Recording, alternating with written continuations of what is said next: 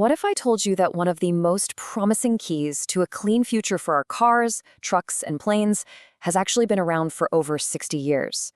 I'm talking about the stuff that powered missions to the moon. Today, we're diving into a really powerful, but also challenging, solution for cleaning up transportation: liquid hydrogen. And we're using an in-depth research report from SAE International as our guide to see how we might just pull this off. First things first, why is this so incredibly urgent? Well, this chart really says it all. Our planet is running a fever, and it's getting worse fast.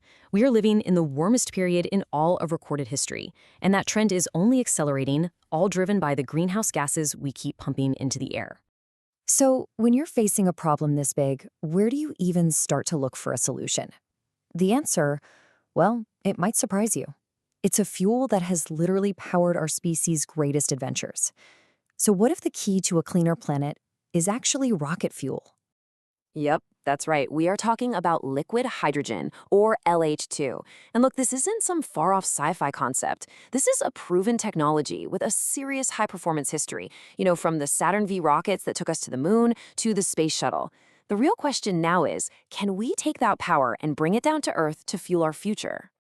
And believe me, the need is critical. The very things that power our global economy, we're talking planes, trains, ships, and trucks that move everything we use, they're also a massive source of the problem. All cold, they're responsible for more than a fifth of all carbon dioxide emissions. That is a huge piece of the climate puzzle that we absolutely have to solve. Now, this quote from the SAE report is so important. What it's telling us is that some of the biggest hurdles in using liquid hydrogen, well, they've already been cleared. We are not starting from scratch here. We have decades of experience making, moving, and storing this stuff.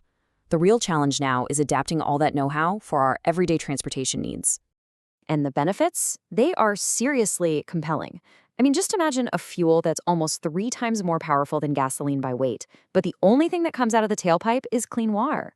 That's the promise of liquid hydrogen. No carbon, no soot, just pure energy. And the systems we've already built to handle it are designed to last for decades. It's a powerful, clean, and durable solution. But, and you knew there was a but coming, right? Harnessing this power is not easy. It requires us to push the absolute limits of engineering, chilling hydrogen gas down to an unbelievable minus 253 degrees Celsius. That's just a few degrees above absolute zero. It's a super energy-intensive process, but the payoff could be immense. Here's the catch, though. Not all hydrogen is created equal. You can make it from natural gas, which is called gray hydrogen. If you capture the carbon from that process, it's called blue hydrogen, which is better. But the real game changer, the holy grail, is green hydrogen. That's where we use renewable energy like wind or solar to split water into hydrogen and oxygen. That process is completely clean from start to finish. So how on earth do we get hydrogen to these ridiculously cold temperatures? Well, it's a whole multi-step dance of compression, cooling, and expansion. You can almost think of it like a super-powered, high-tech refrigerator. But instead of just chilling your leftovers, it's taking hydrogen gas right down to the edge of absolute zero and turning it into a liquid. And this is where the rubber really meets the road. Making liquid hydrogen takes a lot of energy. Right now, to produce just 1 kilogram of liquid hydrogen, it takes about as much electricity as a typical American family uses in an entire day. But the good news is, we're getting much, much better at it. New technologies on the horizon could cut that energy use almost in half, making this a much more viable option. Okay, so you've gone through all that trouble to create this incredibly cold liquid. Now comes the real challenge. How do you keep it that way? Especially when you're, say, flying through the air or barreling down a highway. It's basically like trying to design the most advanced, perfect thermos ever built. This chart shows you the fundamental trade-off. Liquid hydrogen is incredibly light for the energy it holds, which is fantastic for things like airplanes and long-haul trucks where weight is everything. But it takes up a lot of space. Think of it like a giant, fluffy down pillow. It's super light, but it's not very dense. That means you need bigger tanks to store the same amount of energy you'd get from gasoline. So you might be wondering, why go through all the trouble of making it liquid? Why not just use compressed gas? Well, this table shows you exactly why. Compressed hydrogen needs incredibly heavy, super high-pressure tanks that eat up a lot of space. Liquid hydrogen, on the other hand, can be stored in much lighter, low-pressure tanks. And that is a huge, huge advantage when you're trying to build a fuel-efficient truck or plane. But even the world's best thermos isn't perfect. boil-off is kind of the Achilles heel here. It's the slow but steady evaporation of the fuel as tiny bits of heat inevitably seep into the tank. It's kind of like a leaky faucet, except instead of losing water, you're losing precious, expensive fuel. And minimizing that loss is one of the biggest engineering challenges in this whole field. Of course, anytime you talk about hydrogen, you have to talk about the elephant in the room, safety. We've all seen the pictures of the Hindenburg, right? It's easy to just think of hydrogen as this uniquely dangerous, explosive gas. But the reality is actually a lot more nuanced. The key is to understand its unique properties and engineer systems that respect them. And this is a really crucial point. In some ways, hydrogen can actually be safer than the gasoline we use every day.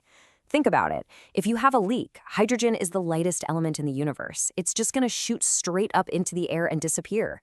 Gasoline fumes, on the other hand, are heavy. They pool on the ground, creating this invisible, flammable cloud, a much more dangerous situation.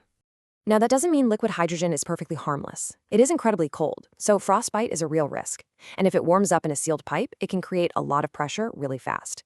But these are all well-understood engineering challenges. We have decades of experience managing them.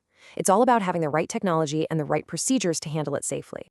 So, we've seen the promise and we've seen the peril. We know it's this incredibly powerful clean fuel, but we also know it's tricky to work with. The big question now is, how do we bridge that gap? How do we get from the world of rocket science to the world of everyday transportation? How do we bring this space-age fuel down to Earth for all of us? The path forward is definitely a marathon, not a sprint. Right now, in the near term, we're starting with the low-hanging fruit: heavy-duty trucks, trains, ships, places where the benefits are most obvious. From there, in the medium term, it's all about scaling up green production, bringing down costs, and building out the fueling infrastructure. The long-term goal? To create a world where clean, powerful liquid hydrogen is as common and as easy to find as gasoline is today.